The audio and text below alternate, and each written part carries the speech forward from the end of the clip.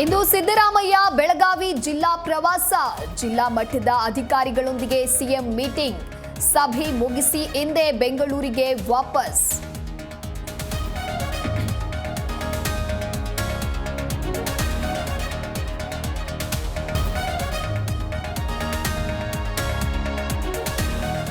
ಆರನೇ ದಿನವೂ ಮುಂದುವರೆದ ಜನಾಕ್ರೋಶ ಯಾತ್ರೆ, ಬೆಲೆ ಏರಿಕೆ, ಮುಸ್ಲಿಂ ಓಲೈಕೆಗೆ ಕೇಸರಿ ಪಡೆ ಕೆಂಡ, ಇಂದು ಸರ್ಕಾರದ ವಿರುದ್ಧ ಜೆಡಿಎಸ್ ರಣಕಹಳೆ.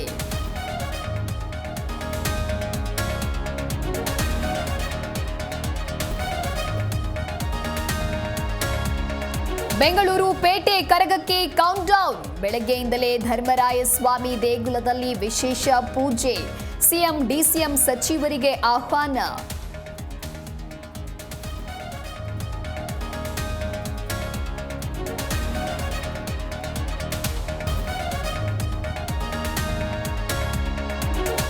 ನಾಯಕ ಬದಲಾದ್ರೂ ಅದೃಷ್ಟ ಬದಲಾಗಲಿಲ್ಲ, ಚೆನ್ನೈಗೆ 5ನೇ ಪಂದ್ಯವೂ ಹೀನಾಯ ಸೋಲು, ಕೆಕೆಆರ್ಗೆ 8 ವಿಕೆಟ್ಗಳ ಸುಲಭ ಜಯ.